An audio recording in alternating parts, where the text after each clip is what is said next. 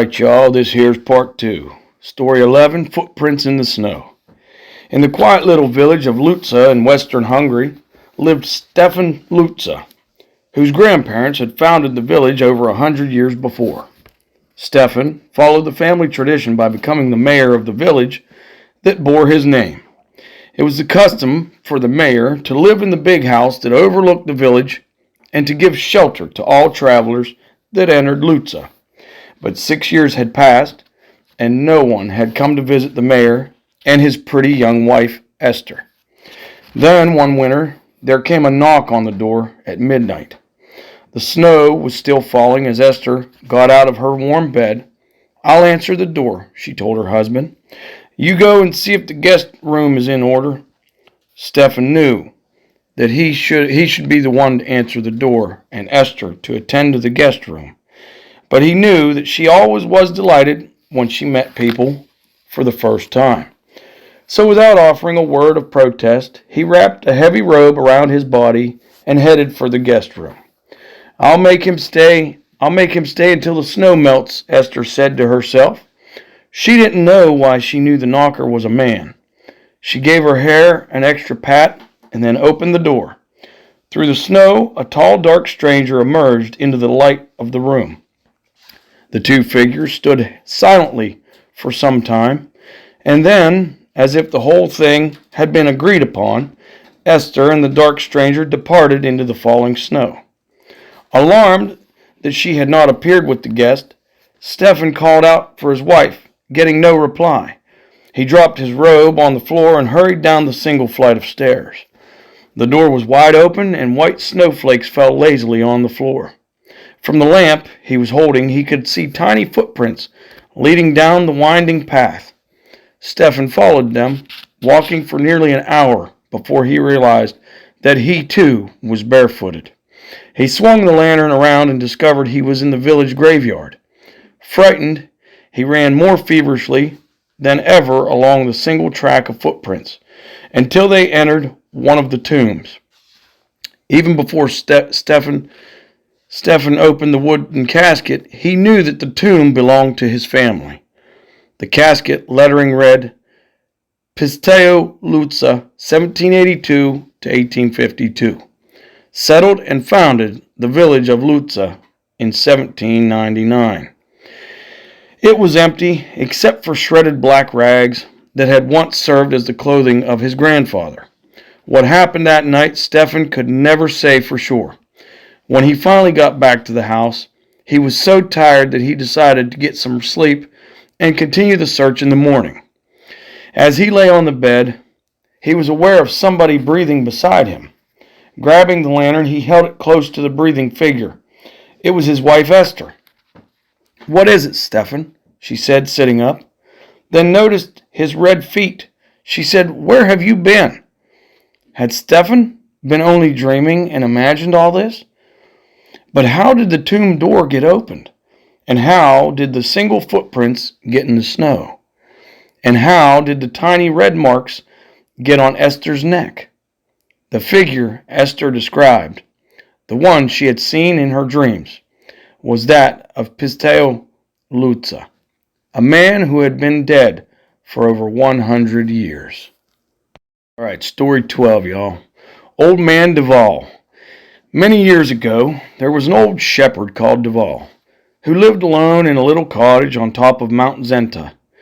Whenever he was asked about his life, he always told the same gruesome story. When he was 21 years of age, he married one of the prettiest maidens in the village.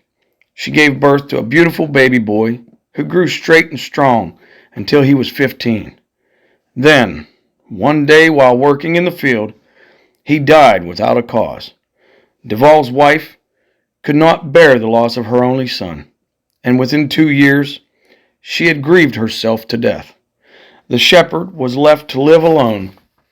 Every night, when lying awake in his bed, he would hear strange noises outside his window, and a soft, muffled cry of, "Father, Father, come here." When he went to the window, no one would be there, but he always saw drops of blood on the windowsill.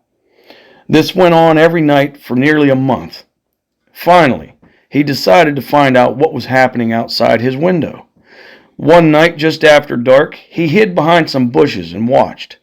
He looked toward the sky where the moon was shining brightly and saw a large bat about the size of a man.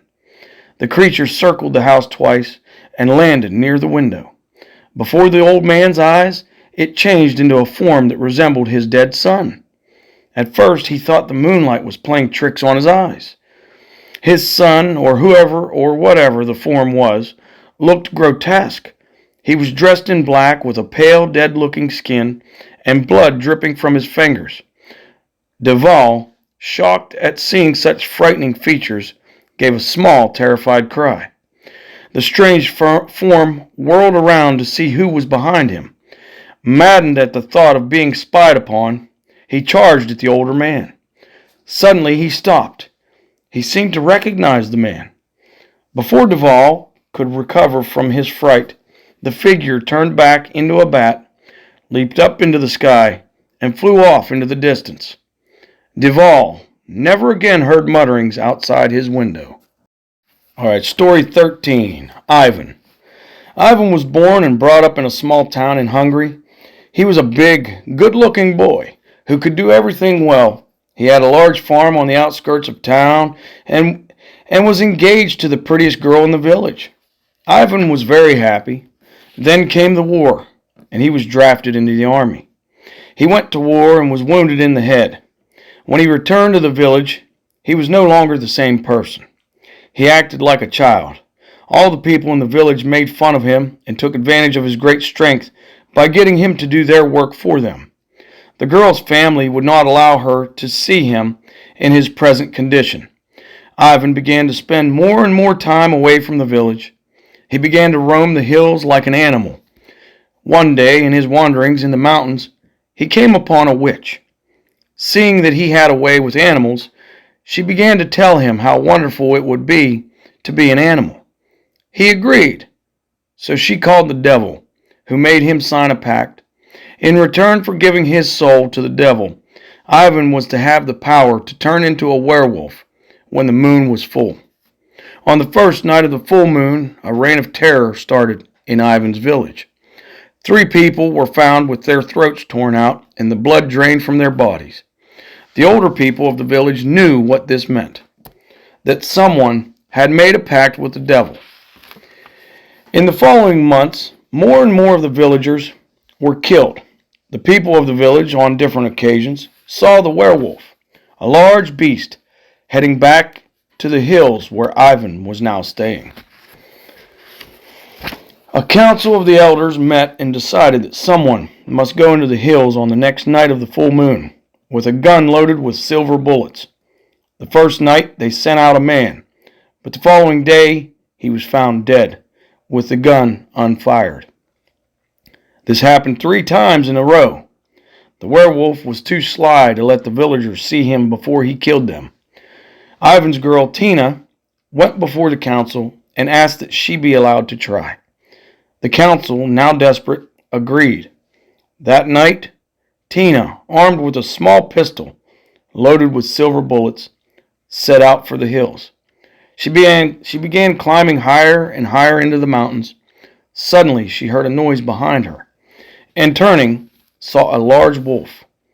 The wolf looked at her, and a flicker of recognition came into his eyes. He walked up close to Tina. She pulled out the gun and shot him. Upon being shot, a transformation came over the wolf. He turned back into the Ivan of old. He told Tina of his pact with the devil and asked her to help him. Tina took out her rosary and said a prayer over the dying man. Then he began saying it with her, driving the devil from his soul. Ivan was now free to die and go to heaven. Tina, seeing the love of her life dying, turned the gun on herself and pulled the trigger. The next morning, the villagers found them lying locked in an embrace, with a smile upon their faces. Now they would spend eternity together. All right, story 14. The lady was a werewolf. Somewhere in the countryside of Romania, in a little village called Cluj, lived a family by the name of Mestrovic. They had no children, although they were in their late 20s and were quite well to do. Being young and likable, they were usually surrounded by callers at all times of the day. Every once in a while, they would have a social gathering and invite friends from some distance away. Usually at these gatherings, the guests would stay all night. One night, in early May of 1853, the Mestrovics were having such a party and everything was going well. The ladies were exchanging the gossip of the week, and the men were getting drunker by the minute. Lorraine Mestrovic supposedly had gone to her room, and her husband, Eric, was entertaining the guests with hardly any effort at all. During a lull among the masculine members of the party, one of the intoxicated gentlemen decided to go outside for a breath of fresh air. No one said anything to him because no one was in a condition to talk to anyone about anything. Suddenly, the lull of the party was broken by a blood-curdling cry, which momentarily sobered all the men. Greatly motivated by the disturbances outside, Eric calmly stepped out into the patio to see what was going on, and almost tripped over something. He gazed at the ground beneath him and saw what nearly made him sick with fright. At his feet, lying in a pool of blood, was the body of his friend, who had gone outside for air. But who could have done this terrible deed? And why did it happen here? These were questions that raced through Eric's mind as he finally gained his senses. Turning quickly, he called for help. Some of the less intoxicated men came out and helped Eric drag the body into the house. One of them went to summon the constable of the area. When the constable arrived and examined the body, he noted that it looked as if an animal had attacked the victim. His flesh was torn to shreds, and his arm was nearly chewed in two. Upon seeing this, the ladies nearly fainted. A few minutes later, they heard a sound of footsteps and saw Lorraine coming down the stairs, wearing an evening dress. When asked if she had heard anything while she was upstairs, she replied that she had been asleep because of a headache. As the next few days came and went, tension mounted in Cluj, and the people began to panic. Tales were started. Some said that a bloodthirsty animal was loose. Others said that it was a werewolf. In the village at the time was an old woman who lived alone, and according to gossip, sometimes did strange things. Without thinking, some of the younger group began circulating stories that the woman was a witch who could turn into a werewolf whenever necessary. One night, Lorraine went outside to get some fresh air. Since the house was poorly ventilated, she was gone some 15 minutes. While she was outside, Eric was in the living room, drinking a glass of wine. Suddenly, he heard a scream from outside. Realizing it was the voice of Lorraine, he sped to her assistance. There in the patio, he found his wife nearly in hysterics, standing over a bloody mess. It was the same result as that of the party. Once again, he called for the constable and had the body removed. When he asked Lorraine what had happened, she replied that an animal-like figure in the clothes of an old woman had committed the act. This caused much disturbance because attention was beginning to center around the old woman who was believed to be a witch. Some advocated burning her at the stake, while others, who were more peaceful, advised running her out of the village. Each night, there was a new victim. Quite often, the slaying happened on the patio of the Mestrovics. At that point, people were getting furious. Could nothing be done to curb these disasters? This seemed to be the question of the hour. The whole village was in an uproar. The constable seemed to be useless in this case. He could do nothing to curb the killings that were taking the population by storm. Also, the people were beginning to riot and to endanger the life of the old woman. To make matters worse, the stories about her queer ways were being exaggerated, and few people actually knew the truth from the exaggerations. One night, as things were mounting up to a horrible climax, so far as the old lady was concerned, a strange thing happened. As Eric was drinking his nightly wine, he decided that he needed some fresh air. As he stepped out into the patio, he was horror-stricken with what he saw. There, before his very eyes, he saw the form of a wolf in a young woman's clothes, attacking one of the villagers. Frightened almost to death, He ran back inside and seized his old gun. Outside, the wolf-like figure was still at work. Standing in the doorway, Eric took aim with the gun and fired at the creature. When the smoke cleared away, he saw beside the mutilated body of the villager the body of his wife with a bullet through her head. Alright, story 15. The Werewolf of Campobello. To planners and astronomers, a full moon may mean good sky watching and planning. But to the citizens of Campobello, it meant nights of terror. Among the people in the village was a man named Angelo Shamari, who was the caretaker at the local schoolhouse in the village. He was especially good at caring for roses and had them growing all over the school grounds. Some of these flowers were prized possessions. There were some species that no one had ever seen before. He possessed a real green thumb as far as roses were concerned. Angelo, however, was the victim of a strange behavior. Usually he seemed perfectly normal, but every month on the night of the full moon he changed completely. Everyone in Campobello watched the coming of the full moon with terror. They knew these nights belonged to Angelo and his strange state of mind. Everyone was on the lookout for him at such times, for on that particular night he would quietly leave his family without telling them where he was going and walk to the crossroads on the outskirts of town. He would crouch down in the shape of a wolf, look up at the moon, and begin howling. It was a weird and mournful cry.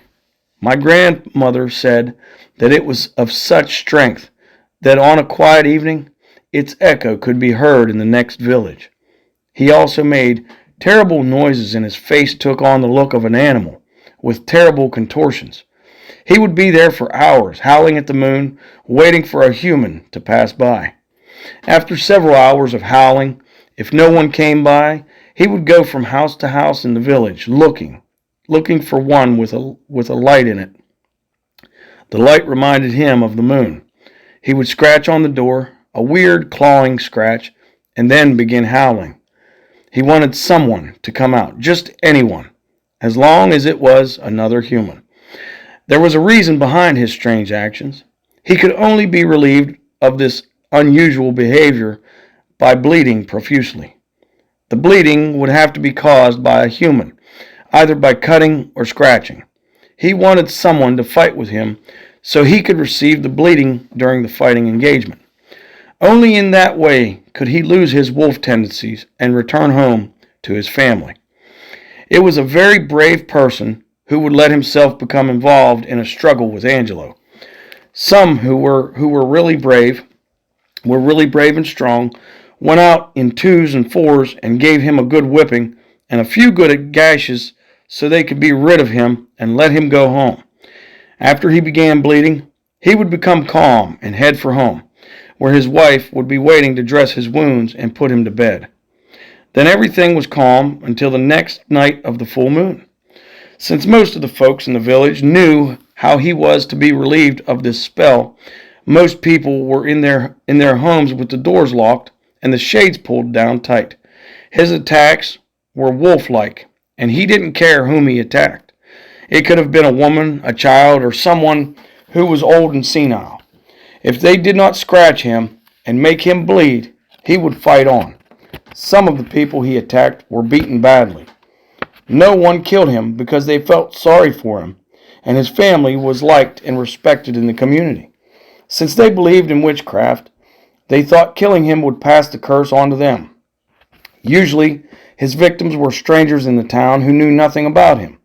Often, he would howl at these same crossroads for hours until a stranger finally came upon him quite unknowingly and was attacked. Most strangers thought he was a drunk who was in a state of stupor or shock. My great-grandmother said that she can remember quite well as a child how the nights of the full moon were filled with terror. Everyone had to be home to await the howls and scratches of the werewolf of Campobello. It was a sad situation, especially for his family, who were endowed with this unusual power, and she said that he was probably bewitched by someone who was capable of putting such curses on people. In that town, A lot of the town folk believed in witches and spells. All right, story 16, the White Wolf. In a little Hungarian village, strange happenings occurred that had the people living in a state of fear. Every night for several weeks, a murder had been committed. The victims were of all ages and of both sexes. The only clues found were the mutilated bodies of the victims. The first victim was a young girl about 18 years old. The authorities found her lying in a small area which at present we would consider a park. Her hair was tangled and caked with blood. Her throat and face had long scratches which looked like claw marks. The next victim was an old man, and when he was found, his body was in the same position and condition as that of the young girl. The little village was in an uproar, and its occupants ran for shelter at dusk. The people were frightened because of these unusual murders, and they had every right to be. As the murders became more frequent, witnesses had related that they either saw a white object running away from its victim or heard a loud, shrill cry. Now the people knew that someone or something stalked at night, killing for no apparent reason. The men of the village gathered guns and weapons which could be used to fight the beast. They set up a system so that all the men would take turns watching for the appearance of the white phantom. In one particular household, these murders became the main topic of discussion. The occupants of this house were an elderly man, his 3 sons, and a lovely young daughter. The man treated his children as if they were infants, and after his wife's death, which hadn't been over a year before these murders took place, he became harsh and cruel. His children didn't understand his reasons for doing the things he did, but they knew it concerned the mysterious death of their mother. Lately, he had been acting strangely, taking long walks at night and sitting silently by the fire during the day. One evening, after the man went for his usual walk, his eldest son followed him. He walked cautiously, making sure his father didn't hear him, and from behind the large oak tree in the center of a clearing, he saw his father take the huge form of White Wolf. The wolf sat on its haunches, waiting for its prey to pass by. After a short time, the image of the boy's dead mother appeared before the wolf and started talking. The boy saw a haze gather around both objects, and a strange whistling noise seemed to fill the air. Suddenly, the image disappeared as swiftly as it had appeared. The boy turned quickly toward the direction of the village. Instantly, he knew why the image had disappeared. His mother was conspiring with his father against the villagers. Her revenge was evidently connected with her death. At the moment the image disappeared, a little boy about 12 years old bounced his rubber ball into the clearing. The youth saw his father attack the child and tear him to shreds.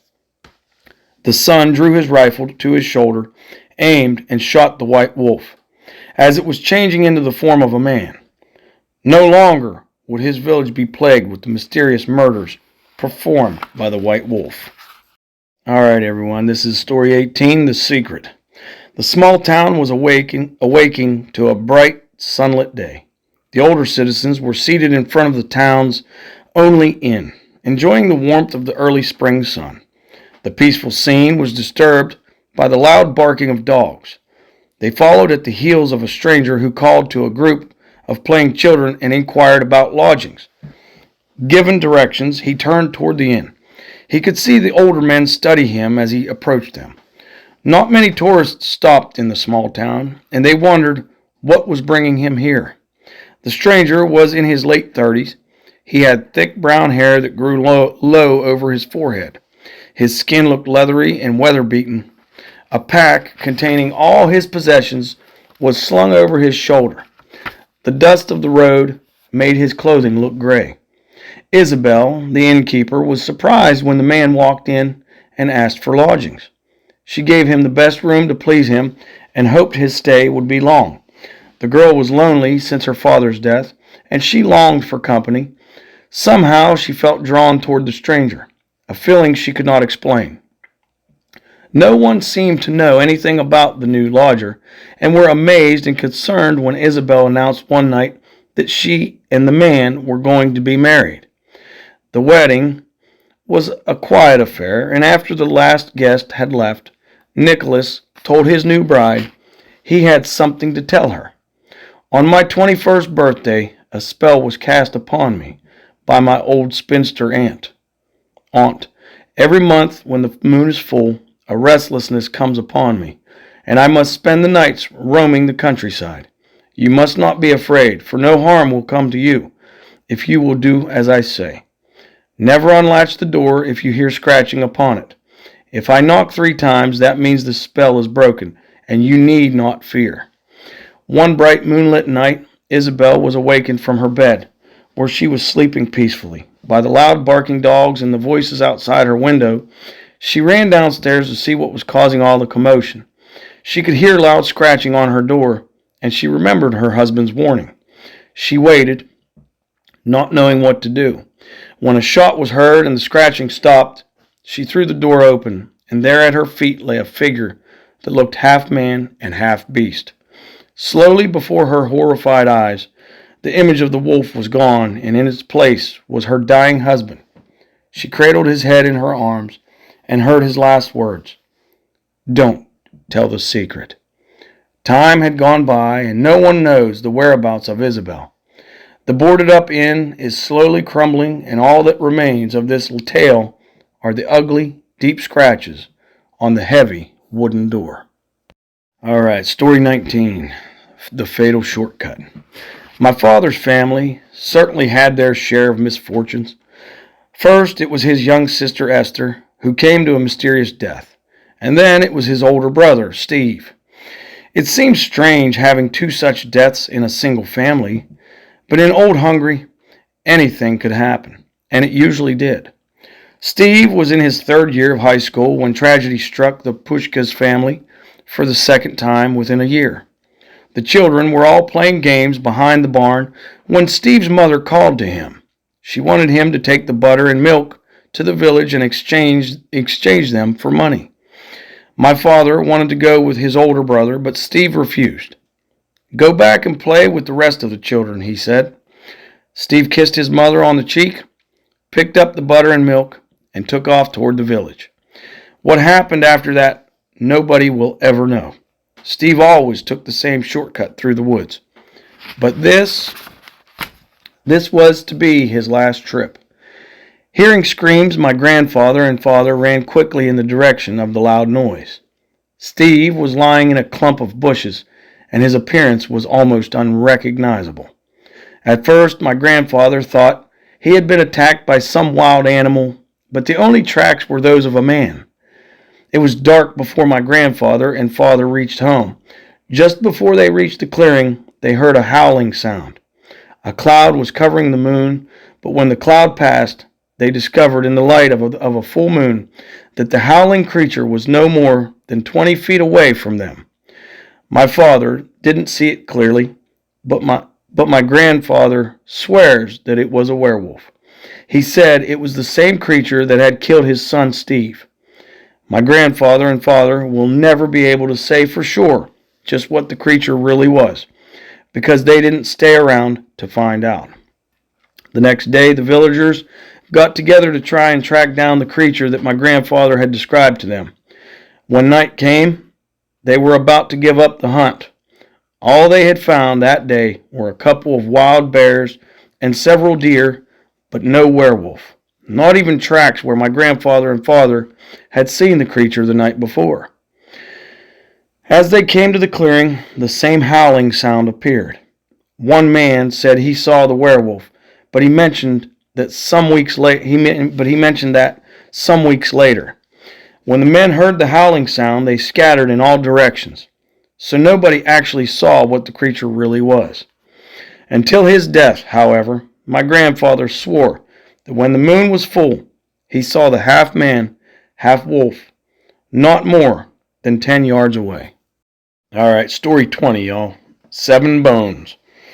A long time ago in Czechoslovakia, a young girl whose mother was dead and whose lover had gone to war went to an elderly fortune teller to find out whether her lover was dead or alive.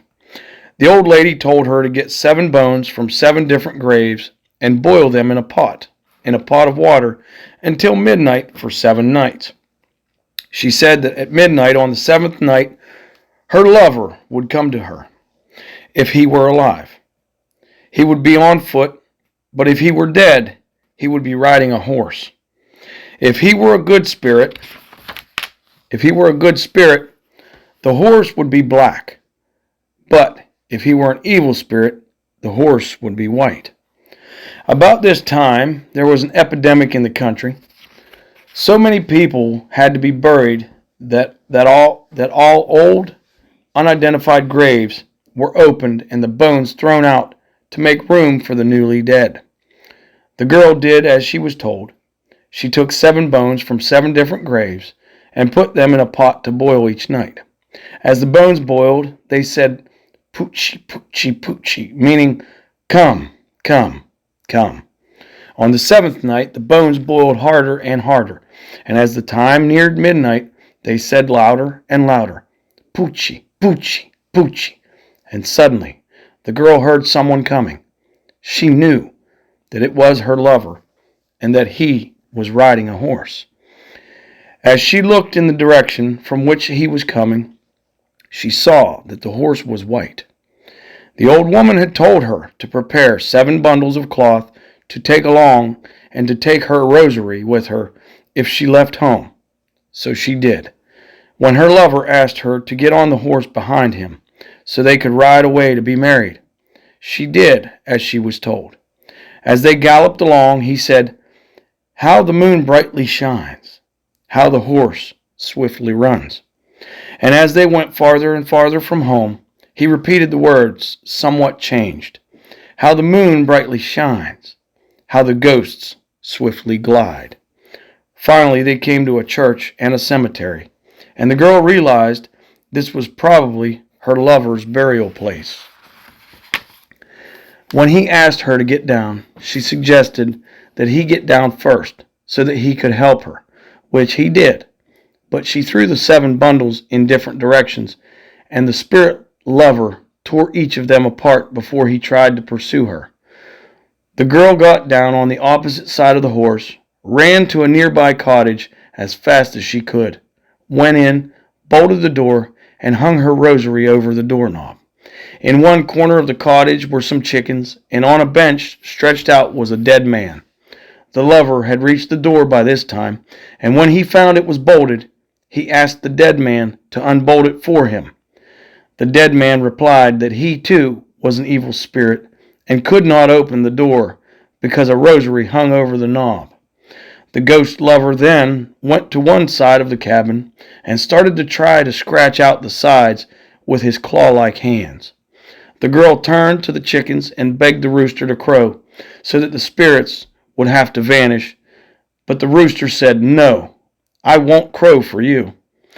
When you fed the chickens, you always chased the rooster away, so why should I help you?"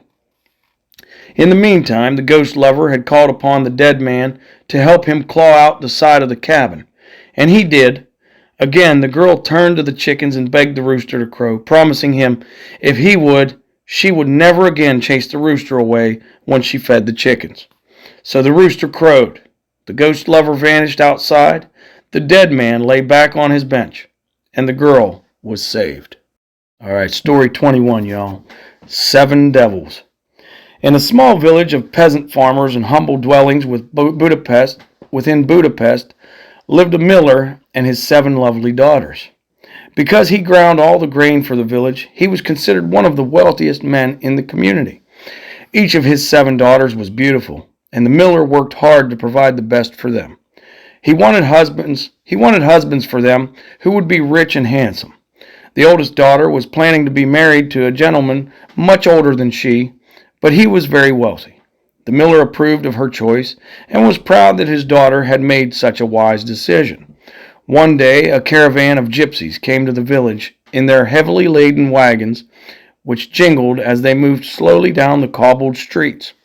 Their olive complexions, jet black hair, dangling earrings, and brightly colored costumes caused the villagers to stare with awe as several half-naked gypsy children ran laughing and screaming behind the wagon.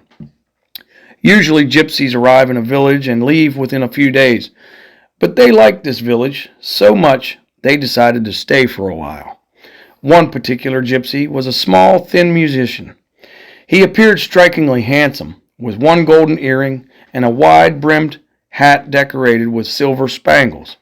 The musician presented a fine appearance as he played his guitar, and his dark eyes sparkled in their slanted structure.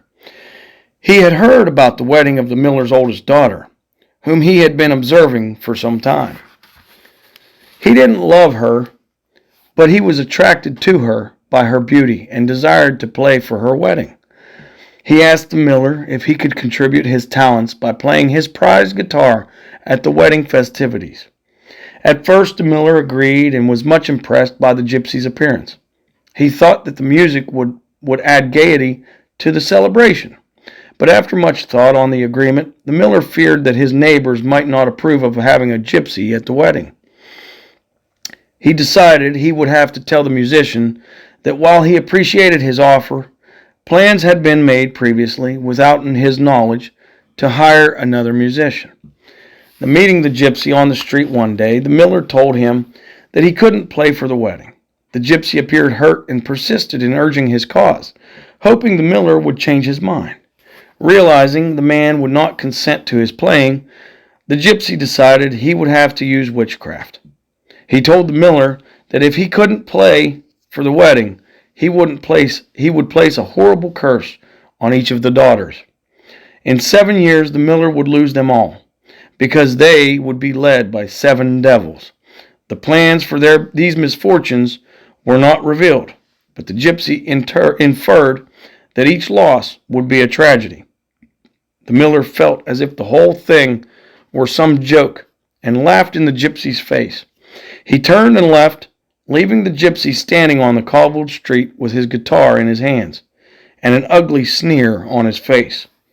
Soon the gypsy caravan left the village, and the eldest daughter married as planned. After a year of happiness, a baby was born, but the miller's daughter died in childbirth. The first phase of the curse had been carried out. Her rich husband then married the miller's second daughter and gave the child to his parents to care for. Soon after their marriage, the second daughter became a woman of ill repute and ran away from the village. The next 3 daughters died a year apart by incidents not of natural causes. The miller became so frightened that he tried to shelter his 2 younger daughters, and he forbade them to marry. All his efforts were in vain, for they married gypsies, and they, like the musician, left the village to roam the countryside. The musician never returned to the village and was never heard of again. The curse had been fulfilled at the end of 7 years, as the gypsy had predicted, all because a miller denied a small, frail gypsy the glory of playing his guitar. This tale is known throughout Budapest and all Hungary, and serves as a warning to persons mistreating gypsies. Story 22. Havo's Curse.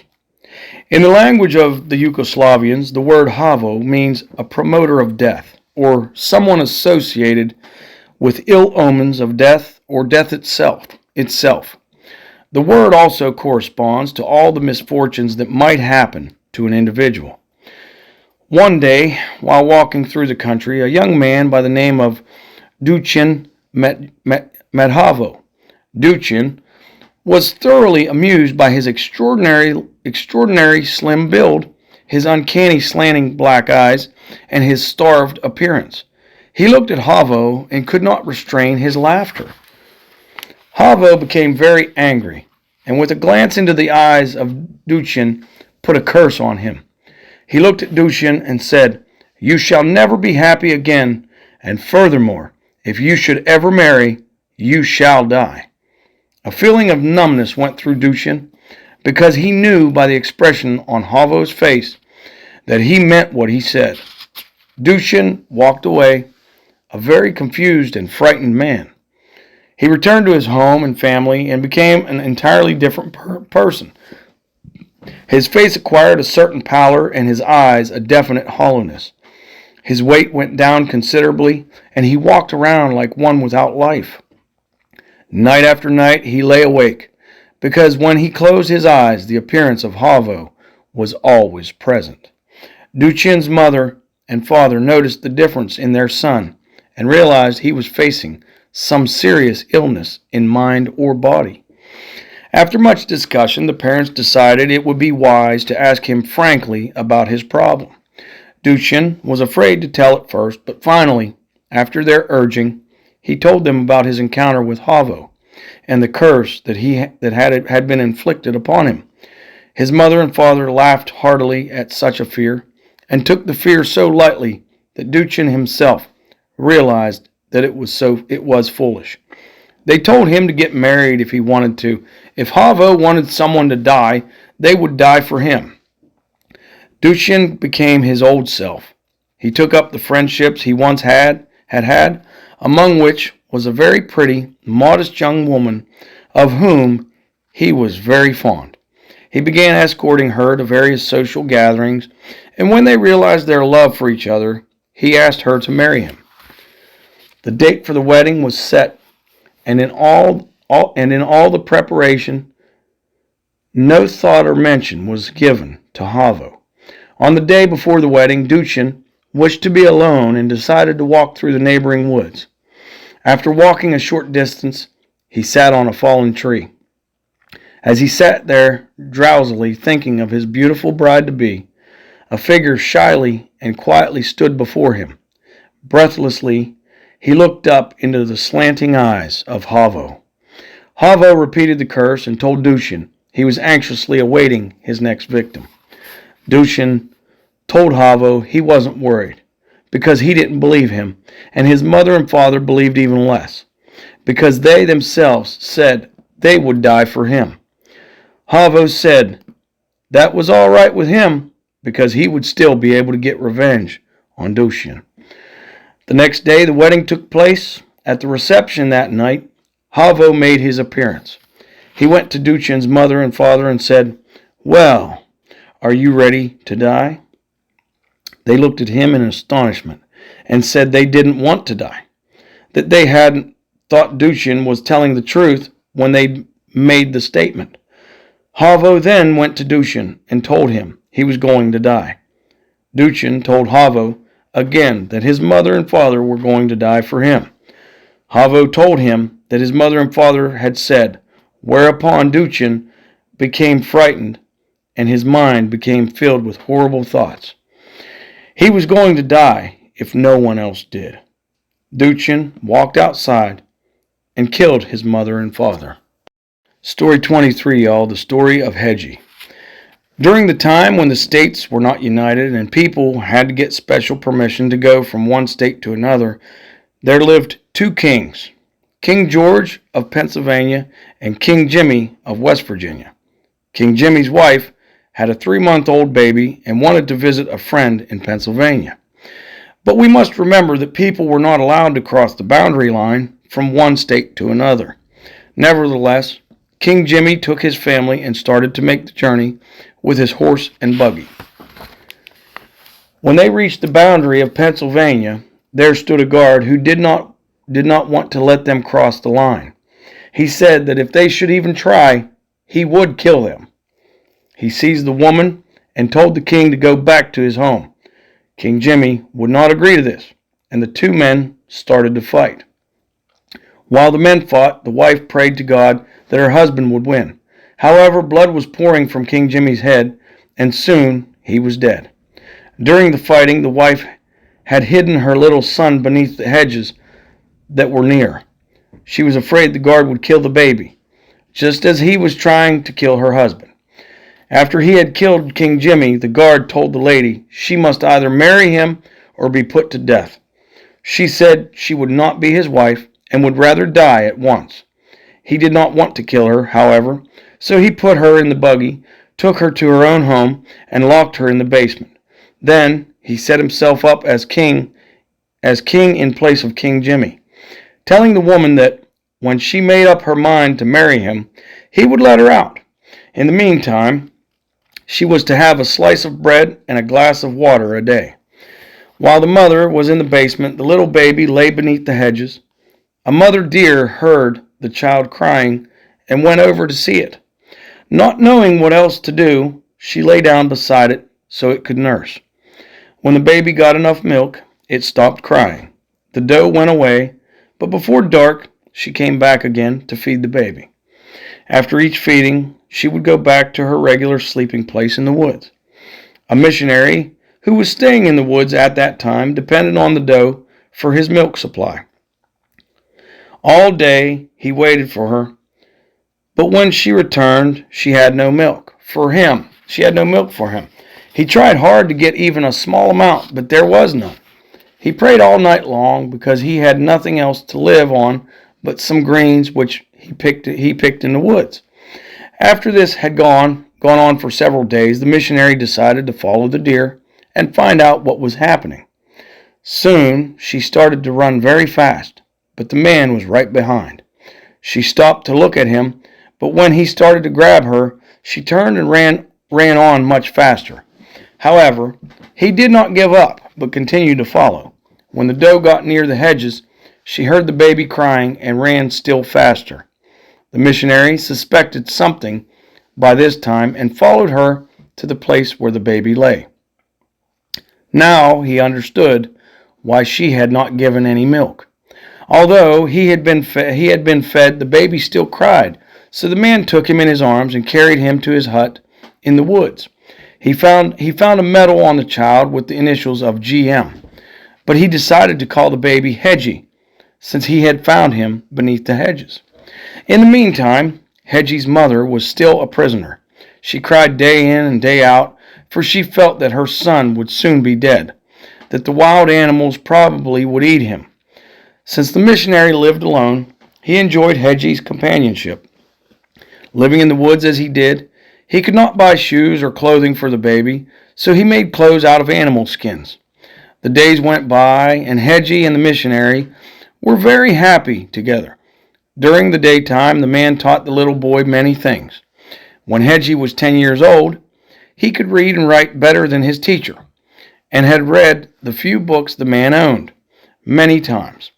Since there was no paper to write on at that time, or any pencils to use, they wrote with burnt sticks on flat pieces of rock. The missionary told Hedgie all he knew about him. He told him how he found him and took him to the spot. He told him he was not his father, but loved him as much as if he were. He gave Hedgie the medal that he had found on him when he was a baby. When Hedgie was about 15 years old, the missionary said one day, "I will not live much longer. My time is getting short." Since Hedgie had not seen or even heard of death, these words made little impression upon him. One morning, the missionary did not get up. He just lay still in the place where he slept. Hedgie, not realizing what had happened, arose and fixed the morning breakfast for both of them. When everything was ready, he went to the bedside and shook the missionary, but there was no response. The day passed and night came. Hedgie went to bed again, and when he arose in the morning, saw that the missionary was still asleep. He tried his best to awaken him, but again there was no response. He tried moving him about, but the missionary was stiff and cold. Hedgie did not know what to do, so he started to cry. Then he remembered what the missionary had told him about dying. He thought about it all day long. Night came and he went to bed. In the morning he got up and still did not know what to do. Finally he dug a hole and buried the missionary. Since the deer had died some time before, Hedgie was left all alone. He cried day and night for a long time.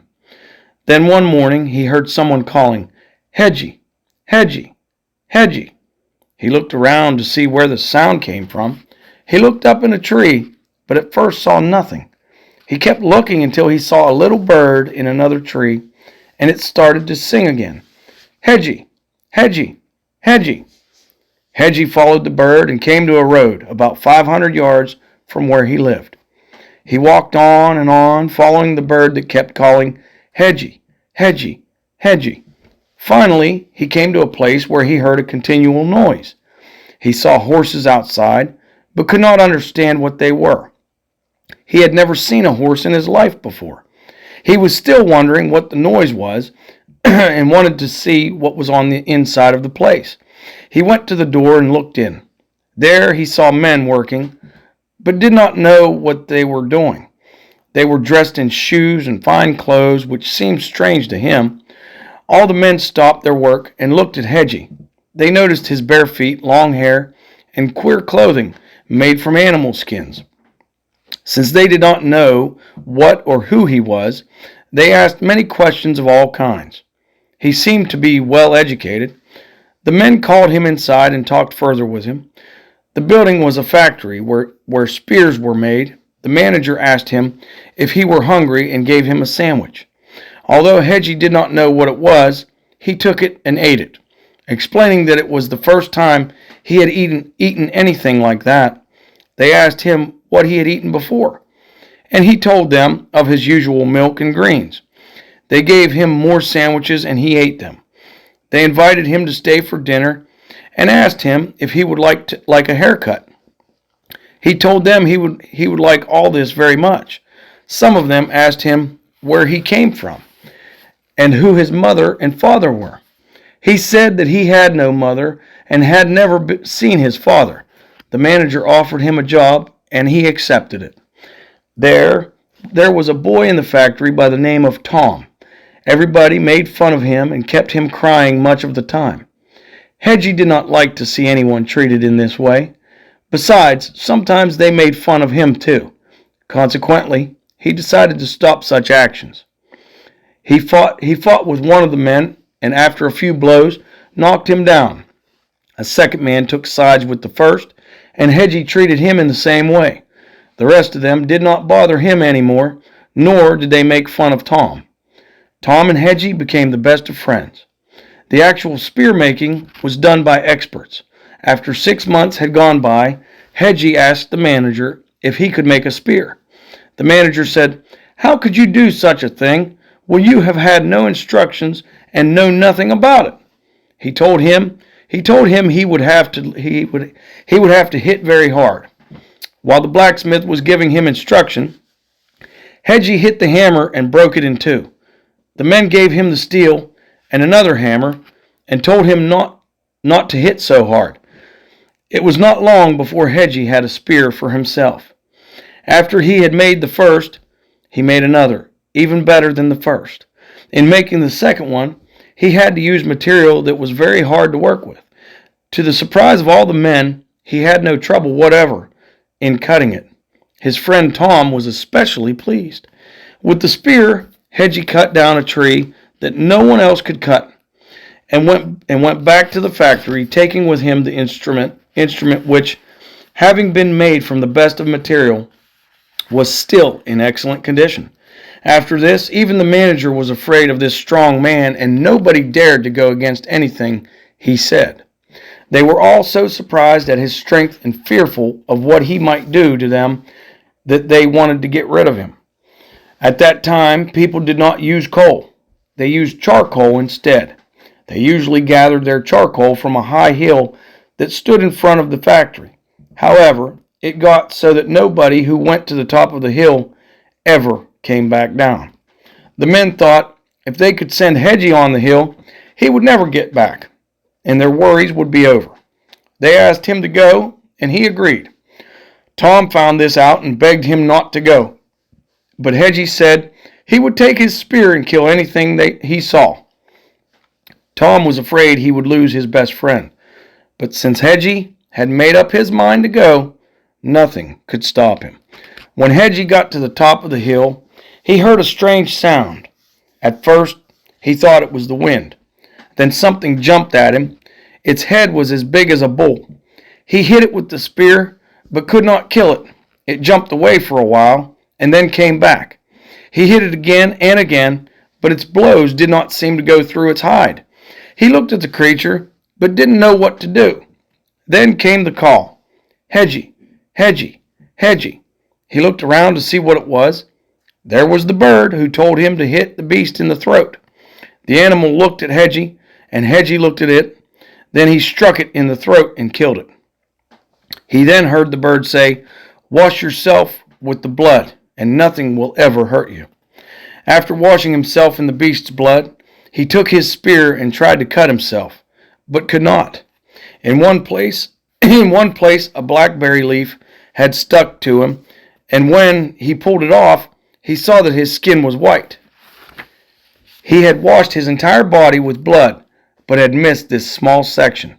He pinched himself on the white spot and noticed that it hurt him. He looked for more blood, but could not find any. The people at the bottom of the hill were all wondering what had happened. They thought by this time Hedgie was surely dead. Then they saw smoke on the hilltop and knew he was still alive. When Hedgie came down from the hill, he brought the animal's head with him. He placed it on the floor and thanked the manager for sending him on the hill. The man asked him why he should thank him. Hedgie told about washing himself in the beast's blood, that he could never be hurt by anyone now.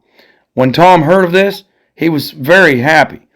He knew that since he was Hedgie's best friend, nobody would ever try to hurt him again. Hedgie's mother was still in the basement. A few years after the guard had imprisoned her, he had gone to her and asked if she was ready to marry him, but she would not even hear of it. Every time she saw him, it only reminded her of her husband and little son, whom she had left under the hedges. She asked the guard to kill her, just as he had killed her husband. He refused to do this, but decided to get himself another girl, marry, and start a family. He left orders that as long as the prisoner lived, she should have nothing but a slice of bread and some water each day. By this time, he was married and had children. He was still acting as king in place of King Jimmy, and bringing up his family as if they were of royal blood. He let the prisoners of the city out of jail in order to help guard the palace and protect him. They liked this very much, especially being let out of prison. They liked him better than King Jimmy. As a result, the guard led the life of a king for quite a while, living happily and having plenty of everything. One day, Tom invited Hedgie to meet his family, his parents, his sister, and a brother. When he was introduced, Hedgie looked at all of them strangely, because he had never seen a girl or woman in his life.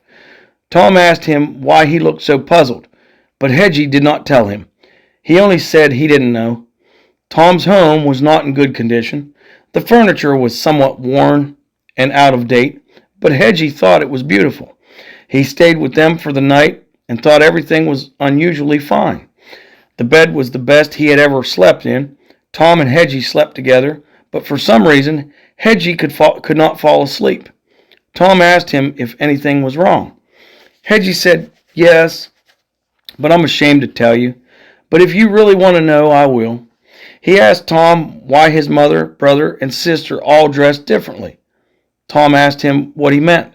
Hedgie pointed out that his brother and father had pants on like the two of them, but that his sister and mother didn't. Tom said, "Don't you know why? They are women, and my brother and father are just like you and me." Hedgie didn't ask any more questions. He just thought and thought. Soon morning came, and they had breakfast. This was the best that Hedgie had ever eaten. A little later, they had dinner and then started back to the factory to work. As they were walking to the factory, Hedgie asked Tom how old his mother and father were. He began to do some deep thinking. He thought that surely he should have a mother and father also. He began to wonder where he had come from and who his mother and father might be. He went on thinking for days until one day he heard the little bird again. The bird was singing and told Hedgie that he must go and find his relatives. "Where will I go?" thought Hedgie. The bird said, "Follow me and I will take you." Hedgie said he must tell his boss first that he was quitting his job, but added that he would meet the bird the next day. He went to the factory to find the manager, but as he approached, the man appeared to be frightened. In fact, the whole factory was afraid of Hedgie because of his great strength. The boss started to shake with fear and asked Hedgie what he wanted. Hedgie told him he was leaving the factory and quitting his job. Tom knew that the other men would start to make fun of him again, now that his protector was leaving, and asked if he might go with him. Hedgie said he would be glad to have him come along. The manager told him he was welcome to stay longer if he liked, but Hedgie said he must go. He was paid first-class wages and given a gift of 2 horses on which the boys began their journey. Hedgie taking his spear and Tom his butcher knife, The bird was waiting for them and told them to follow him. Hedgie's mother, still in the basement of her own home, was becoming very weak. The king and his family were all seated at the table, having dinner one day, when a corner of the wall opened, and in walked a skeleton. The skeleton took the guard, who was acting as king, by the hand and led him to the basement, to a room next to Hedgie's mother. Here he told him that since he had been so mean all his life, somebody was coming to kill him. He said it was the son of the lady in the next room. After he said these words, he disappeared. When the guard returned to the table, his face was white. The family were out looking for him, so he called them to the table, but could not tell them what he had seen or what had happened. The skeleton was the spirit of his father.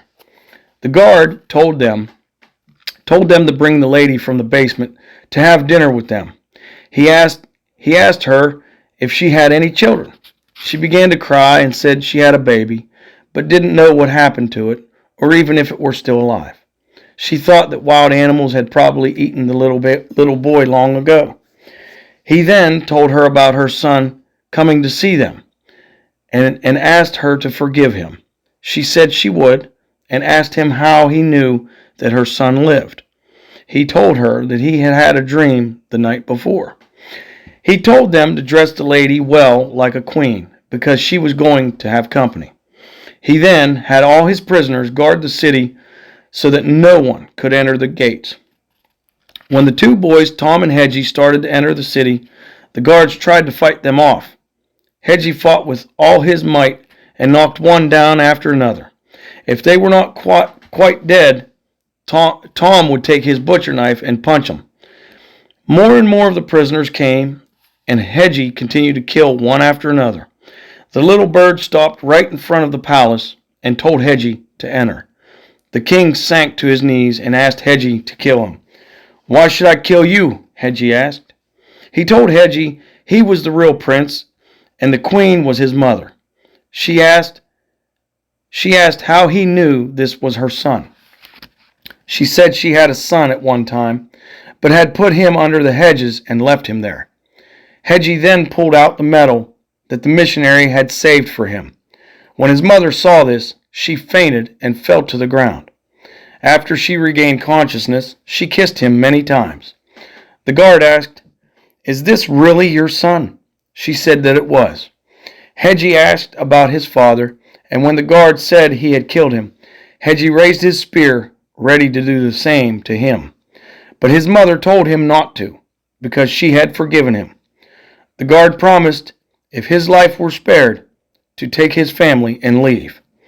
It was then that Hedgie began a new life with his mother and Tom. Hedgie's mother thought of getting new servants, since a number of the old ones had been killed when Hedgie tried to enter the city. Also, Hedgie decided to put new guards around the state. The first day, when the servants prepared the table, they called Hedgie, his mother, and Tom. Hedgie was very much amazed. Nothing in his life was ever like this. At first, he was so amazed he could hardly believe it. But as the days went by, he got used to it. Tom had his own room at the palace, but he ate with them and was treated as if he were Hedgie's brother. The mother was very happy. Hedgie was glad to have found her, but was sorry that he never got to see his father. However, they all lived happily together. After a month or two, the people in the factory heard about Hedgie and were quite surprised. The factory was in West Virginia, and at one time had belonged to King Jimmy. One day, the Queen and the two boys went to visit the factory, where Hedgie introduced his mother to the people. Everyone who had known Hedgie was glad to see him, but when the visitors left, no one could talk of anything but Tom's good luck. A few years went by in this manner. Hedgie was perfectly satisfied to be living in the palace with his mother and thought of little else. Every day, he and Tom would get their horses and go riding around the woods. One beautiful day, while they were out walking, they heard the bird again. The bird told Hedgie that he was to get married, but before he did so, he must find the magic rope and armor. He said that there were two brothers.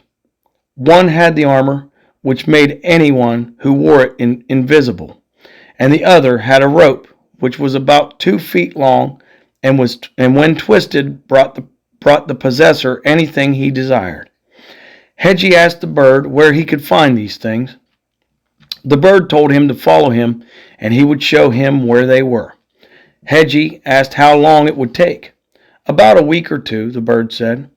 Hedgie told him that he would go back and tell his mother about leaving, so the bird said, "When you get ready, meet me here in this same spot." He went home and told his mother that he was going to leave for a while, he and Tom both. She was afraid that he would never come back and asked him not to go, but he refused to listen to her. His mother started to cry. Hedgie said, "Why do you cry?" She told him that she was afraid that someone would kill him. He told her that nobody could kill him, that only God could do that. His mother wanted to know why he thought this was so. He told her to get a sharp knife and try to cut him. Of course, she had not known about Hedgie washing himself in the blood. He told her to try and cut his finger. She said, "I wouldn't do that for anything in the world." He tried, and the knife would not cut. His mother then tried, but the knife would not even touch the skin. She said, "Maybe the knife just isn't sharp enough." Hedgie told her to try it on a piece of wood. With one try, she cut it in two. He then told her how he had washed himself in the blood of the animal. His mother was happy to hear this. The next day, Hedgie and Tom left home. The bird was waiting for them. Before they saw it, they heard it singing, "Hedgie, Hedgie, Hedgie." Then the bird said, "Follow me."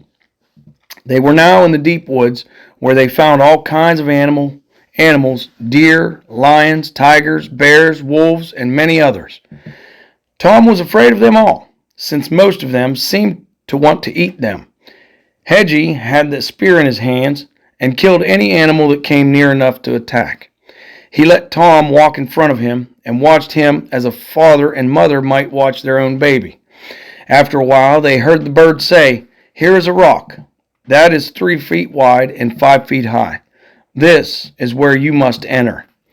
They looked around and saw many trees, large and small, but nothing else. The bird told them to wait there and watch the hole. One little man will come out," he said, "and when he does, grab him and don't let loose until he gives you the rope." Hedgie and Tom heard this, and they both watched closely. Tom was afraid and looked all around every time the wind blew. He heard a little noise in the hole and thought that a rabbit might come out, but it was a little man 2 feet tall. When Hedgie tried to grab him, he ran back in the hole under the big rock. Hedgie ran after him but could not catch him, since the little man hid from him. Hedgie could not see after he got inside because everything was dark. The man had 2 little girls and told them that Hedgie wanted the rope. The little girls said, "Don't worry, he can't get the rope. Our uncle has a big hammer and he'll smash Hedgie on the head." The girls asked their father if he had sent word to their uncle, and he said he had, with the magic rope. When the uncle arrived, he hit Hedgie on the head. Hedgie could not see him because he had on the armor that made him invisible. The blow did not kill Hedgie. He stood still until he heard a voice saying, "He's still living." Then he swung his spear and killed the man in armor. Hedgie took the armor and put it over his head. When he got the armor on, everything was light inside. He could see very clearly. Tom was outside and could not see Hedgie. He was afraid and called, but no answer came. A lion was coming at him, and he was so frightened. He didn't know what to do. Finally, he climbed a big tree. The lion came on, killed a horse, and began to eat it. Tom was in the tree, shaking like a leaf. The lion started to roar, and another one came. The second horse ran away before the lions got him. Tom was becoming more and more frightened. He was still in the tree, watching the lions eat the horse and wishing that Hedgie would come. Then an elephant came and stood under the tree. Suddenly, he shook the tree by scratching his back. Tom prayed to God for Hedgie to come with his spear. so that he could kill the elephant. Hedgie was still inside the rock cave. He saw an oil lamp hanging on the wall and two little girls who looked like babies. The little man sat and talked with the girls, who were embroidering, saying that Hedgie was probably dead by now. Hedgie didn't make any noise. He grabbed the little man by the head so that he could not run away. When he was in this position, the man started to yell, "Let me loose, let me loose." But Hedgie would not let him get away. He asked him for the rope. The man told Hedgie to let him loose and he would give him the rope. But Hedgie said he would have to have the rope first. He squeezed the little man much harder, and the dwarf pointed with his finger to the rope. Hedgie followed his directions to a little trunk, wrapped up in a dark brown cloth, and on opening the trunk found the rope, and a man appeared. "What do you want?" asked the man. Hedgie asked him how he'd got there. The man told him that he had called him, but Hedgie denied this. The big man said, "Every time you bend the rope, I must come. You have the magic rope." Hedgie told him to go away. He then took the oil lamp from the wall and put the little man with the hooked chin in its place. He took the little girls and went outside.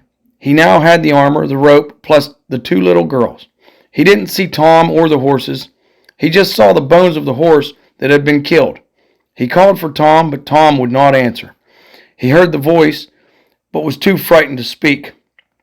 Although Hedgie continued to call, Tom recognized his voice, but would not come down, because Hedgie was still wearing the magic armor and couldn't be seen. When he took off the armor, Tom yelled to him and told him about the horses. Come on down, Hedgie said. "That's nothing."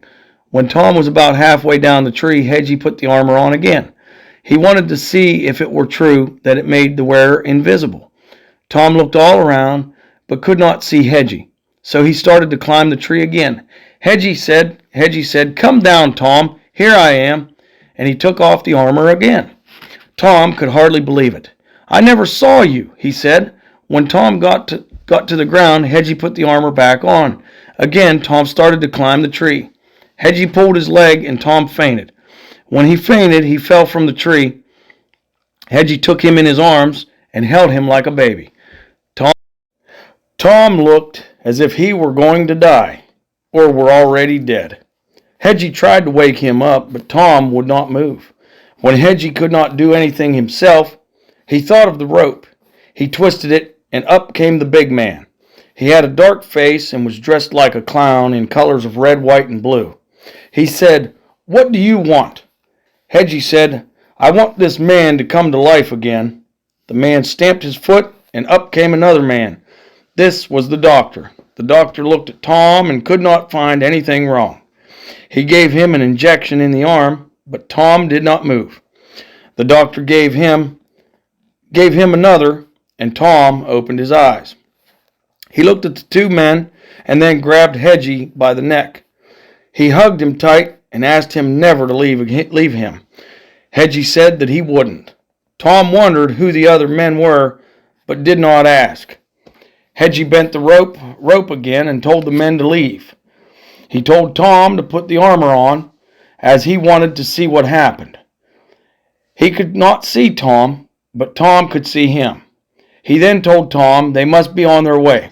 They had the two girls with them, who looked to be about a year or two old, but were much older. They were midgets. Tom played with them and laughed as if nothing had ever happened. When he got tired of playing with them, he asked Hedgie how they were going to travel without horses. Hedgie twisted the rope, and the big man came again. "I want some good, strong horses with saddles," Hedgie said. As soon as he had finished the words, the horses were there, one for each man. On the back of one saddle was a satchel. Putting the girls with their embroidery in the satchel, they began their journey. After they had gone about 100 feet, they heard the little bird singing. The bird told Hedgie that he must not go home yet, that he must get married first. "Follow me," said the bird. The day went by and it was getting dark. They stopped to rest and Tom and Hedgie talked. But the girls didn't say anything. Tom reminded Hedgie of the magic rope and armor. "Why don't you twist the rope and make a good house for us?" he said. Hedgie twisted the rope, and the man appeared. Hedgie asked for good furniture and a home for them to stay for the night. The man then whistled, and another man came and said, "What do you want?" "Bring a house here." Hedgie wanted to make sure it had nice furniture, but Tom said that he didn't care about the furniture. All he wanted in it was something to eat. The house appeared and was like a hotel. In it was a huge room with servants. Tom invited the girls to eat with them. They sat on high chairs. After they finished eating, another man said, "Anytime you want to sleep, here is the bedroom and here is the bathroom. If you need anything, press the button and I will be right here. I will be right there." Later, they all went to bed. When morning came and they had checked to see that the girls were there, Tom played with them again as if they were babies. Hedgie asked Tom if he were ready to leave, and both went down to the dining room for breakfast. They then called the man to bring their horses, put the girls in the satchel, and began their journey. But first, Hedgie twisted the rope, and the house disappeared. After they had started, Tom asked Hedgie if he were sure they were going in the right direction. Just then, they heard the bird say, "Follow me." About 6 or 7 o'clock, it started to get dark. They saw a city ahead of them, and the bird told them to move when he moved. Again, they stopped to rest, and Hedgie twisted the rope and called for food. The man appeared with 4 chairs and a table filled with all kinds of food. Tom seated the little girls and told them to eat. When they had all finished eating, it was much darker. They could barely see the lights ahead as they waited for the bird. About 10 o'clock, they heard him saying, "We must be on our way." The bird went into the city, jumping from one house to another and stopping on one big building. In front of the building was a sign that read "Hotel." On the street, there were many faces. The bird told them to go in and rest for the night. He said the magic rope would tell them what to do from there. Then he disappeared. Hedgie and Tom took 3 rooms, one for the 2 girls and one for each of them.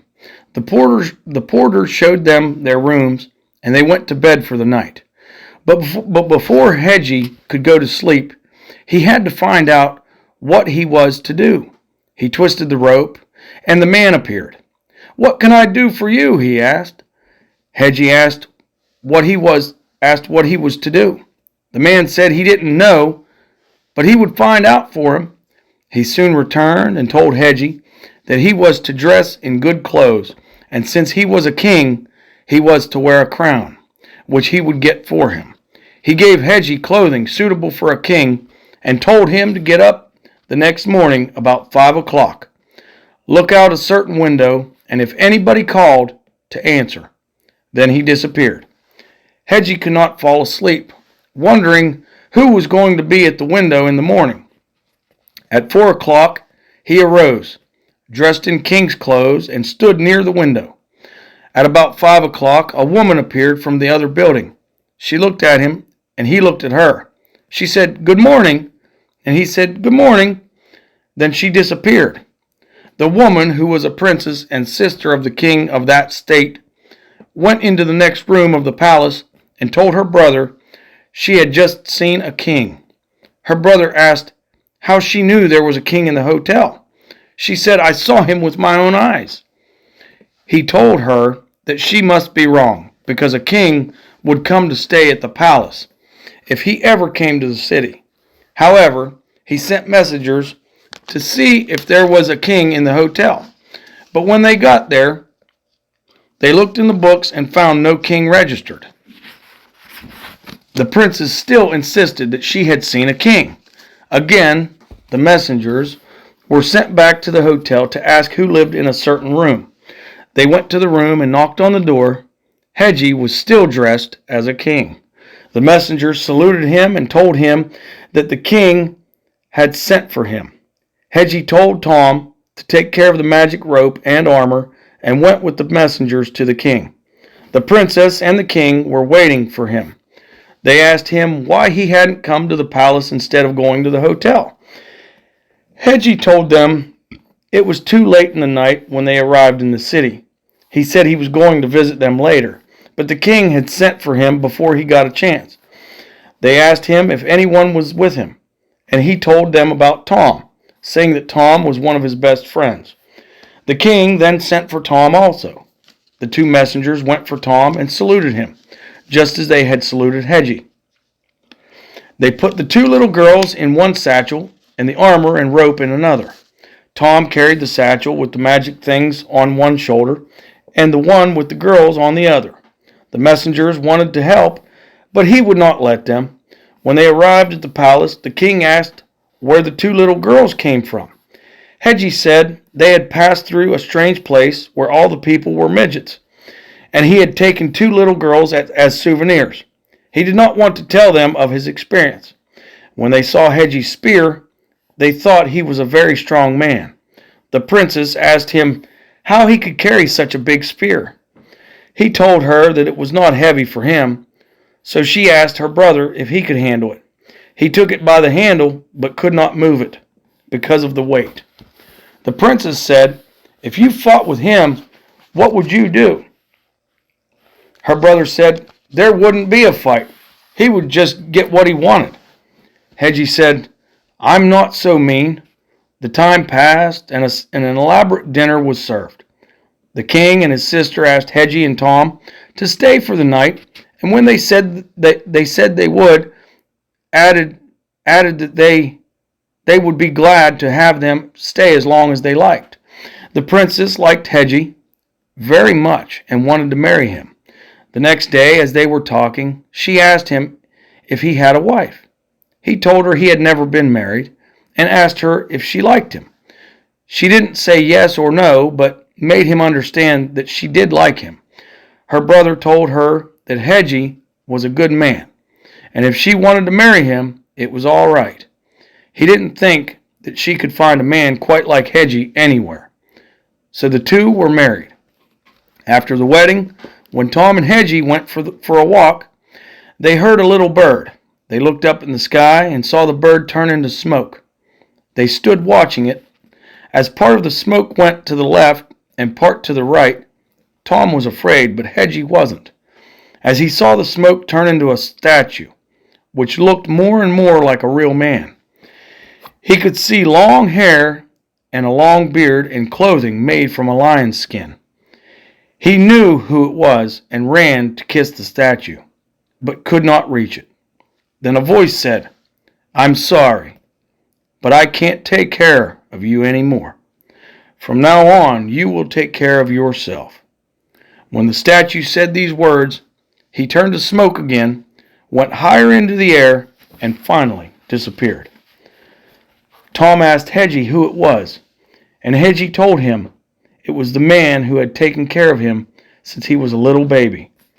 This, as you have probably already guessed, was the missionary. When Hedgie married the princess, his brother-in-law wanted to make him king of his own state, Massachusetts. But Hedgie took his wife and went back to West Virginia. He did not want to be king of another state. When his mother saw he was married, she was happy. About 2 years later, King Henry of Massachusetts came to visit his sister and became acquainted with Hedgie's mother. During his stay of about a week, 3 years afterward, the princess, who was now Queen Mary, went to visit her brother King Henry, and all the family went along. He was happy to see them. They asked why he was still single. He told them he had never seen a girl to suit him, but he knew of a princess from another state, Ohio, who had been changed into a marble statue by the curse of a witch. Before he could marry her, someone would have to set her free. Many people had tried, but every time they started to climb the mountain where the princess lived, they were struck by lightning and killed. Hedgie heard this and thought he might be able to get her for his brother-in-law, but his wife told him he was foolish to try because it would be impossible. They decided to try, however, and the next day Tom, Hedgie, and King Henry went to the mountain. Tom and the king started to the left and Hedgie to the right. Every time Tom and King Henry began to climb the mountain, they could see the lightning start. Hedgie remembered about his magic rope. He pulled it out and gave it a twist. Up came the man and asked Hedgie what he wanted. Hedgie told him he wanted to be on top of the mountain and in the king's house, so the lightning would not touch him. No sooner had he said this than he was in the king's house. When he got there, he looked around him and saw a lot of statues, all made of marble. Some looked as if they were scrubbing, and some seemed to be cooking. All seemed to be doing something, but nobody was moving. Tom and the king were still at the bottom of the hill. They were unable to find a place to climb. Hedgie went from room to room, looking all around. Everything was marble. He saw a room that resembled a bedroom. The bed, chair, and even the mirrors had turned to marble, and in the bed lay a marble princess. He twisted the rope again, and the man asked what he wanted. He requested that the princess come to life. The man told him that he must kiss her right on the lips, and he must not miss. If he did, it would cost him his life. He too would turn into marble. Hedgie thought of his wife and children. He didn't want anything to happen to him, so he turned to leave. He went to the door and thought for a while. Then he twisted the rope again. Exactly where are her lips? He asked the man. Right there, the man pointed with his fingers, but told him to remember that if he missed, he would turn into marble. Hedgie told him to mark the outline of her lips. Then he kissed her and broke the spell. The household was back to normal at once, and all the lightning stopped. When the lightning stopped, the King of Massachusetts and Tom climbed the mountain. They figured that everything was all right by then. The princess asked Hedgie to marry her, but he told her he couldn't because he was already married. She told him that he had saved her and that whoever saved her must marry her. Then Hedgie told her he had saved her for his brother-in-law. Hedgie introduced her to King Henry. When the princess saw him, she didn't like him and told him she would not marry him. It was now late at night and time for all of them to go to bed. Hedgie and Tom went to their rooms and left King Henry with the princess, who gave him a terrible whipping that left him black and blue. Then she went to sleep and he sat on a chair. The next day, everybody arose. Hedgie went to see his brother-in-law. When he saw him, he asked what had happened. King Henry said that the princess had just about killed him. He said she was stronger than he was, and there was nothing he could do about it. The next night, Hedgie told his brother-in-law to sleep with her, but King Henry was afraid. Hedgie told him he would help if she started to whip him again, and put on his armor and went along. When the princess started to whip Henry, Hedgie gave her a slap and knocked her to the floor. She didn't know what had hit her. She went to bed and didn't move. King Henry didn't know what to do until he heard Hedgie say, "Go to bed with her." After everything was quiet, Hedgie went to bed too. After this, it wasn't long before King Henry and the princess were married. Since the new wife didn't like her husband very much, they always quarreled, and she told him he would have to kill his brother-in-law, Hedgie, before they could ever get along. He didn't want to do it, but he felt if this were the only way to get along with his wife, he must. King Henry thought and thought about how he would kill Hedgie. Finally, he told a man if he would kill his brother-in-law, he would give him as much money as he wanted. But he warned him that he would be hard to kill. He said, "There is only one way to kill him. If you don't kill him with one stroke, he will kill you." King Henry knew about Hedgie's washing himself in blood, and that the only way to kill him would be on this one white spot. But he knew it would be fatal for the person who tried and missed. The man asked him how he would know where the spot was, and King Henry told him he would mark the spot for him. One day, King Henry went to West Virginia to see his sister. He told her she should make a suit for her husband as a surprise, and embroider a blackberry leaf on his side over the white spot. She agreed to do this and made the suit with the design as he had suggested. When Hedgie put it on, King Henry was happy and told the man to go to the spring and kill Hedgie.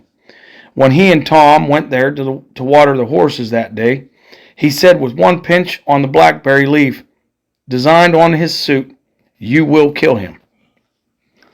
Hedgie and Tom saw the man coming but paid no attention to him.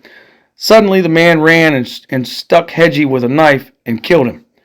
Tom ran with his horses to tell Hedgie's wife what had happened, and there was much sorrow in the home. Tom felt as if he had lost the whole world. King Henry and the princess were very happy at Hedgie's death, and Tom resolved to find out just what had happened. He got the rope and twisted it. When the man came up, Tom told him that he wanted to know who killed Hedgie. The man replied, "Pete Gordon killed him." Tom asked that the man be brought to the palace. Then he asked him why he had killed Hedgie. The man said that King Henry had requested that he be killed, and he had agreed to do the deed because he had a sick wife and many children to take care of. He said King Henry had paid him to kill Hedgie. Tom went to Hedgie's wife and told her that her brother made the man kill her husband. Then she and Tom called Pete Gordon back and had him appear before the family, where he told the same story and said that he was sorry. Tom wanted to kill King Henry, but felt Hedgie's sons should do it. After twisting the rope and requesting that they be given courage to do the deed, he took the two boys to see the king, giving one of them the armor and the other the rope. The two boys killed the king and queen and returned to the palace. They told their mother what had happened. On the one hand, she was sorry because it was her own brother they had killed. But on the other hand, she was happy because he had taken what she loved more than anything else in the world. She told Tom to take the place of King Henry in the state of Massachusetts. Then she gave the rope and armor to her sons to have the rest of their lives.